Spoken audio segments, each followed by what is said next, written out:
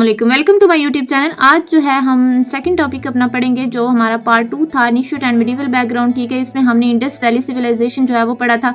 Indus जो दौर था, इनका इरा था 1900 से 2600, ठीक है, BCE इनका था। ओके, और जो आज हमने पढ़ना है वो आर्यंस एंड वैदिक एज है 1500 से 600 BCE। इन डिटेल हम देखेंगे। ठीक है, ये BCE क्या होता है और जो है इसमें हम सारा इन डिटेल देखेंगे। तो जो लास्ट वीडियो थी वो हमारा था PPSC का एडवर्टाइजमेंट नंबर 42, जिसमें क्लरिक था, स्टेनोटाइपिस्ट था और भी बहुत सारी जॉब्स थी। ठीक है, जिसमें सिलेबस जो है वो ये जो जनरल बुक्स थी ये थी पाकिस्तान स्टडी है, जनरल नॉलेज है। तो हमने जो बुक स्टार्ट की हुई सबसे पहले पाकिस्तान स्टडी है और इसके हम नोट्स कर रहे हैं, और ये नोट्स करने के बाद आपको इंशाल्लाह कोई और बुक फॉलो करने की जरूरत नहीं पड़ेगी। ओके, यहाँ से आप पढ़ेंगे तो आपका पेपर जो है वो 100% इन्हीं में से इंशाल्लाह आएगा। ओके, तो यहाँ पर जो है अगर आप चैनल पे नहीं हुए तो चैनल को लाइक और सब्सक्राइब कर लें। हम स्टार्ट करते हैं। अच्छा, सबसे पहले क्या है, आर्यंस एंड वैदिक एज है। अब इंडस जो सिविलाइजेशन थी, ठीक है, इंडस सिविलाइजेशन जो थी उसके बाद किनका दौर शुरू हुआ, वो आर्यंस था। ठीक है, हम देखेंगे आर्यंस जो है इनकी जो ज़ुबान क्या है, इनका रहने सहने का तरीका क्या है। ठीक है, अब आर्यंस जो है वो आए कब थे, इंडस वैली जो सिविलाइजेशन है वो ये आप रिकैप कर लें, पिछला हमने ये वाला पढ़ा था इंडस वैली सिविलाइजेशन। ठीक है, तो 1900-2600 BC। तो इसके बाद जो है वो इंडस के बाद इंडस वैली सिविलाइजेशन जब खत्म हुई, उसके खत्म होने के बाद जो है वो क्या हुआ था, सेंट्रल एशिया से एक कौम आई। ठीक है, सेंट्रल एशिया क्या है, सेंट्रल एशिया जो है उससे कौम आई है जिसको क्या कहते हैं, आर्यंस। ये लोग जो थे ये नॉर्थ वेस्ट किस साइड पे है, ये जो इलाके हैं जैसे कि खैबर पास वगैरह, उसके रास्ते से सब कॉन्टिनेंट में हुए। ठीक है, तो इनका हम देखेंगे कि इनकी जो है वो ज़बान और इनका जो इनकी किताब थी दीनी, ठीक है, वो कौन सी थी, इनका लाइफस्टाइल क्या था। ठीक है, और उसके बाद जो है इनका कास्ट सिस्टम जो है, जैसे जिसको समाजी निज़ाम जो है वो क्या था, ये हम जो है ना नोट्स हैं, बहुत ही इसमें इन शॉर्ट है, लेकिन जो इम्पोर्टेंट पॉइंट्स हैं वो इसमें कवर हैं। ठीक है, अब हमने देख लिया कि after the decline of Indus cities, ठीक है, न्यू सेटलर जो थे वो कौन से थे, आर्यन माइग्रेट फ्रॉम सेंट्रल। अब यहाँ पर देखें एक कन्फ्यूजन होगी सबकी, जो भी वीडियो जो है वो देख रहा है, ठीक है, वो हम एक दफ़ा दूर करते हैं। जैसे यहाँ पर है ना, आपके पास आपको शो हो रहा है ये BCE, ठीक है, सॉरी, यहाँ पर आपको जो शो हो रहा है 2600 से 1900 जो BCE है। ठीक है, इसका हम देखते हैं कि जो BCE है ना, इसका मतलब है बिफोर कॉमन, ठीक है, इरा, बिफोर कॉमन इरा। अब आप कहेंगे कि यहाँ पर 2600 से 1900 है और उसके बाद 1500 से 600 है, उसके बाद 6th सेंचुरी आ गई है, तो ये नंबर जो है, ये जो बड़ा नंबर है वो सबसे पहले है और उसके बाद जो है ये पीछे जा रहा है। तो यहाँ पर एक प्रॉब्लम है, एक मतलब जो नहीं प्रॉब्लम नहीं इसको कह सकते, कन्फ्यूजन है। ठीक है, तो बेसिकली जो BCE है उसका मतलब ये होता है before common era. Okay, BCE में क्या होगा, इसमें ना नंबर्स जो हैं वो उल्टे चलते हैं। कैसे उल्टे चलते हैं, जैसे अब 2600 है ना, ठीक है, 2600 BCE जो है ये पहले आ रहा है, उसके बाद 1900 BCE आ रहा है। ठीक है, 1900 BCE के बाद जो है वो 1500 BCE आ रहा है। ठीक है, उसके बाद जो है वो 600 BCE आ रहा है। ठीक है, मतलब नंबर जो है ना वो क्या हो रहा है, छोटा हो रहा है। ठीक है, इज इक्वल टू आप कर सकते हैं कि वक्त जो है वो आगे बढ़ रहा है। ओके, जो BCE है बिफोर कॉमन एरा, इसमें नंबर जो है वो छोटा होता जाता है। ठीक है, वो नीचे होता जाता है, लेकिन टाइम बढ़ता जाता है। ओके, ये चीज़ आपने याद रखनी है। और फॉर नोट्स आपने क्या देखना है कि सबसे पहले जो है वो हड़प्पा मोहनजोदड़ो का था, फिर आर्यंस और वेडिस का दौर आया, उसके बाद पर्शियंस आएंगे, उसके बाद अलेक्जेंडर आएंगे। तो ये हम आज जो है वो यही दोनों पढ़ेंगे, आर्यंस और पर्शियन वाला। ठीक है, तो आई थिंक ये जो कन्फ्यूजन है ये आपको क्लियर हो गई होगी। ओके, सो हम ऊपर चलते हैं, यहाँ पे ये हमारा हो गया। ठीक है, अच्छा, आर्यंस का हम देख लेते हैं। हमने यहाँ तक देखा कि सेंट्रल एशिया से आए ये लोग, उसके बाद जो है इनकी ज़बान they bought with them with Sanskrit language and religious hymns that became the Vedas. ठीक है, आर्यंस जो थे उनकी जो ज़बान थी वो संस्कृत ज़बान जो है वो अपने साथ लाए थे। उन्होंने जो मजहबी गीत और जो उनकी दुआएं हैं, ठीक है, वो उन्होंने बहुत सारे लिखे हैं, जिन्हें बाद में जो है वो क्या कहा गया है, यहाँ पर देखें, उन्होंने जो रिलीजियस हाइमन्स हैं वो बहुत सारे लिखे, जिसकी वजह से उनको विदास जो है वो कहा गया। विदास जो है क्या है, basically the scared book of Hinduism जो है, ये क्या है, हिंदुइज्म की सबसे पुरानी और मुकद्दस जो है ना ये किताबें हैं। Okay, so society during the Vedic age was pastoral at first, ठीक है। जिंदगी का जो उनका तरीका था, सोसाइटी जो थी शुरू में, जो आर्यंस थे वो क्या करते थे, फर्स्ट पेस्टोरियल एट फर्स्ट, वो क्या करते थे, पालतू जानवर पालते थे, लेटर एग्रीकल्चर करने लगे। Over the time the Aryans develop the caste system, उसके बाद उनमें क्या हुआ, जात जो है वो धीरे धीरे उनमें जो है ना वो कंसेप्ट आना शुरू हुआ, और गांव और बस्तियां जो है वो यहाँ से बसना शुरू हो गई। कास्ट सिस्टम जिसको क्या कहा जाता था, वर्ना, ठीक है।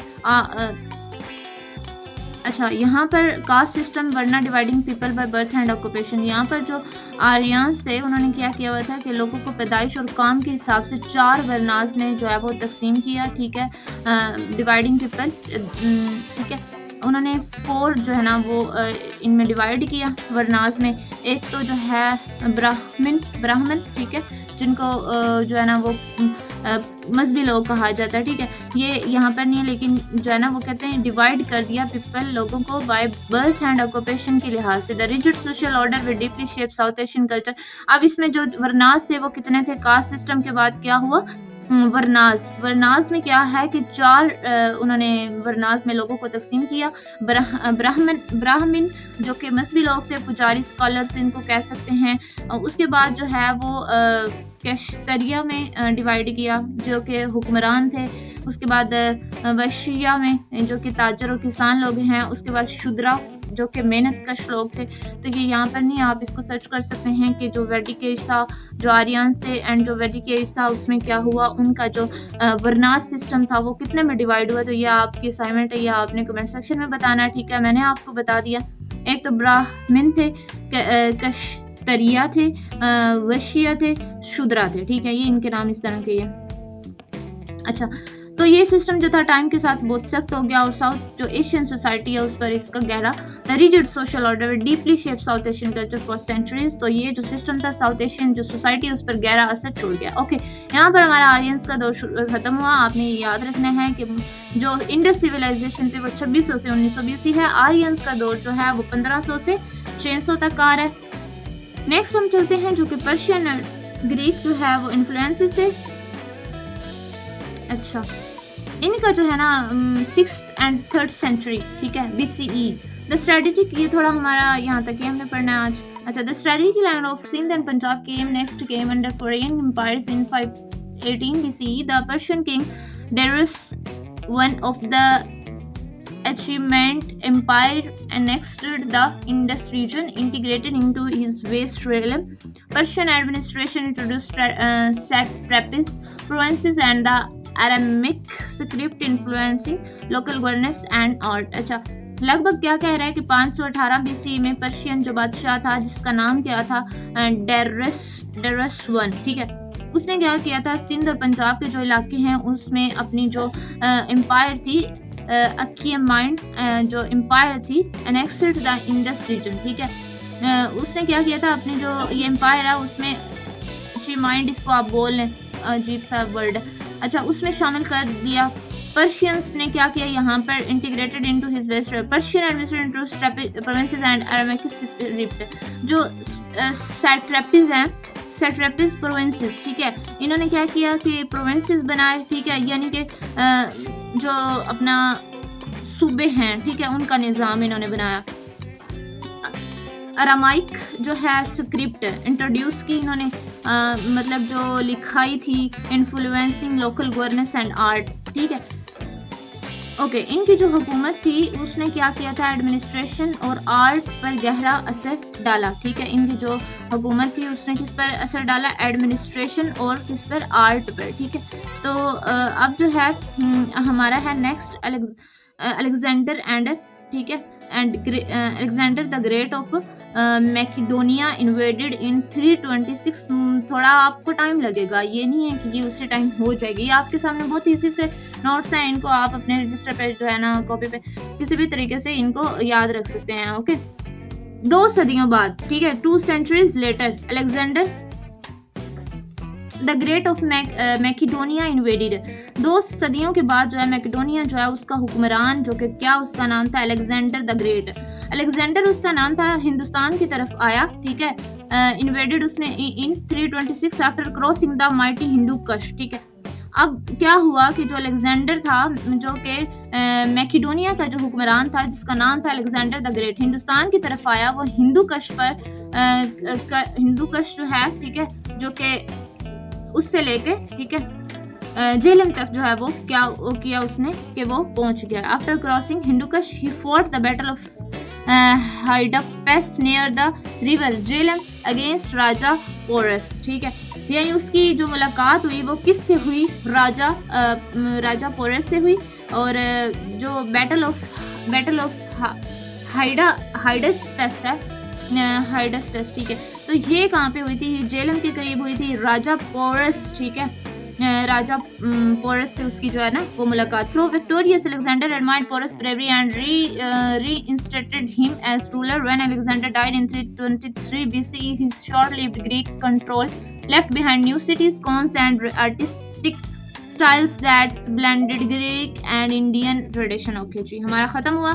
अच्छा, यहाँ पर हम थे कि उसकी जो मुलाकात हुई राजा पोरस से हुई, बैटल ऑफ हाइडापास जेलम के करीब। लड़ाई में अलेक्जेंडर जो है वो जीत गया था, लेकिन उसने राजा पोरस की बहादुरी की कदर की, ठीक है। उसको जो है वो वापस उसका इलाका हुकूमत के लिए दे दिया। ओके, यहाँ पर जो है नेक्स्ट हमने देखा कि जो अलेक्जेंडर है उसकी मौत कब हुई, 323 BC में हुई, और ग्रीक हुकूमत जो है वो लंबे अरसे नहीं चल सकी, ठीक है। उसकी जो है वो डेथ हो गई, मगर उनका जो कल्चर है वो उसका असर जो है वो कंट्रोल बिहाइंड न्यू सिटी, उसका जो असर है वो रह गया था। जैसे नए शहर, ग्रीक स्टाइल प्लानिंग हुई, सिख जो है वो कॉइन्स एंड आर्टिस्टिक स्टाइल्स, ठीक है। आर्ट एंड स्कल्पचर में ग्रीक और इंडियन स्टाइल का फ्यूजन था, वो ये जो है ना इनका सारा रह गया। सो हम जो है यहाँ पर एंड करते हैं, काफ़ी पढ़ लिया। सो आप इसके नोट्स बनाएं और ये इंपॉर्टेंट चीज़ें जो हैं ये डिस्कस की हैं, तो इनको आप जो है लाजमी अपनी कॉपी पे रखें और यहाँ पर हम एंड करते हैं। ओके, नेक्स्ट हम ये करेंगे, ये नेक्स्ट जो इनकी है, ठीक है। ओके।